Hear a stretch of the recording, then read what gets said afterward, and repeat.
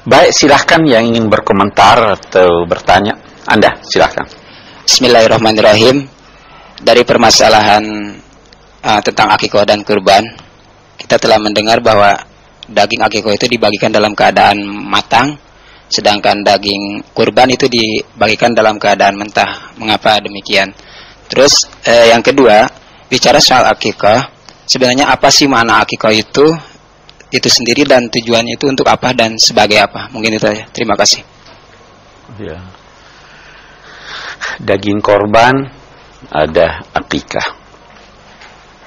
Baik, yang pertama dulu saya ingin kemukakan dalam konteks korban dan akikah. Ada sementara ulama beranggapan bahwa daging akikah itu atau berakikah itu tidak lagi dianjurkan setelah adanya perintah berkorban.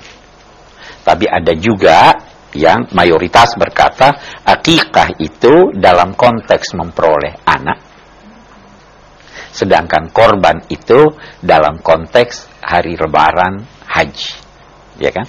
Jadi di situ letak bedanya.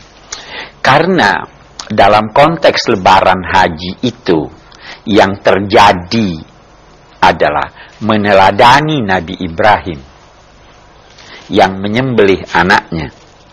Kemudian anak itu, penyembelihan itu sebelum terlaksana dalam arti disembelih, diganti oleh Allah dengan daging domba,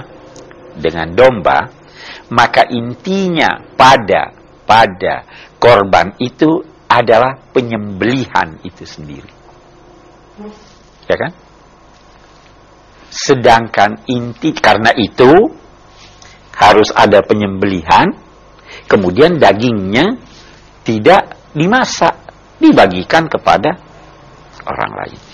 Adapun intinya pada akikah adalah bergembira dan bersyukur. Nah, kegembiraan dan kesyukuran itu semakin banyak yang terlibat dalam kegembiraan, semakin besar kegembiraan itu. Ya kan? Itu kan ada ungkapan begitu. Kalau banyak yang bergembira, kita makin gembira. Kalau gembira sendiri, ya sendiri aja. Ya. Lawannya, kalau banyak yang sedih, itu makin kurang itu kita rasakan kesedihan. Itu sebabnya dianjurkan bela sungkawa biar makin ringan itu kesedihan. Makin sedikit yang sedih, makin besar. Kalau ada orang cuma dia sendiri yang kebakaran rumahnya, oh itu berat itu. Tapi kalau semua orang kebakaran rumahnya, iya kan? Makin sedikit yang sedih, makin besar terasa kesedihan. Makin banyak yang gembira, makin besar kegembiraan itu terasa. Nah, dalam konteks besarnya kegembiraan itu, maka kita undang orang.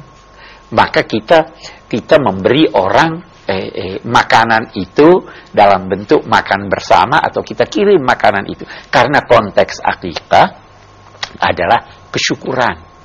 Konteks hari raya Idul Kurban adalah darah yang memancar. Itu sebabnya Allah menyatakan la yanalallaha luhumuha wala dima'uha walakin yanaluhu taqwa minkum. Saya kira itu mungkin salah satu yang kita bisa kemukakan sebagai alasan perbedaan.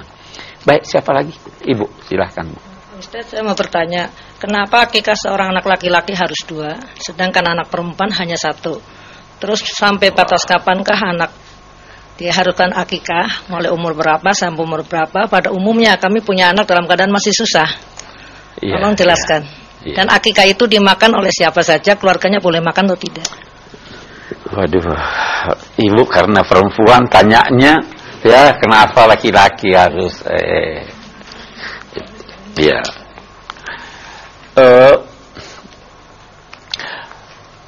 laki-laki mempunyai kewajiban terhadap dirinya dan keluarganya. Ya toh? Perempuan, karena itu laki-laki berkewajiban yang sudah bersuami, berkewajiban membelai dirinya dan anaknya dan istrinya. Itu juga sebabnya bagian laki-laki dalam warisan 2 kali bagian perempuan. Nah, sehingga wajar kesyukuran itu dinampakkan dalam bentuk yang lebih besar. Itu satu. Akikah ini sebaiknya dilaksanakan pada hari ke-7. Tetapi kalau tidak bisa, maka dilaksanakan kapan saja. Bahkan ada riwayat yang menyatakan walaupun yang bersangkutan sudah dewasa. Nah, memang ada juga pendapat ulama yang mengatakan bahwa karena kewajiban akikah itu pada ayah, maka kalau bisakah orang mengakikahkan dirinya? Ini beda pendapat. Sebagian ulama berkata tidak perlu. Sebagian ulama berkata boleh saja walaupun sudah dewasa dan sebagainya. Jadi kalau misalnya ada di antara bapak-bapak yang tidak diakikahkan dulu, ya undang aja kita ini untuk makan bersama, ya kalau kita itu. Oke. Fasholli li rabbika wanhar. Saya tadi katakan bahwa sholli ada yang mengartikannya salat, ya kan? Oke. Ada juga, tetapi kalau kita mengartikan itu salat, maka itu tidak sejalan dengan penggunaan Al-Quran selama ini yang kalau memerintahkan salat, itu didahului oleh kata aqim, wa aqimus shalah atau aqimu. Jadi kalau begitu, kurang tepat memahami kata sholli di sini dengan salat. Lebih wajar difahami di sini salat dalam arti berdoa. Itu satu, karena salat doa. Nah, doa itu dinamakan oleh Nabi mukhul ibadah.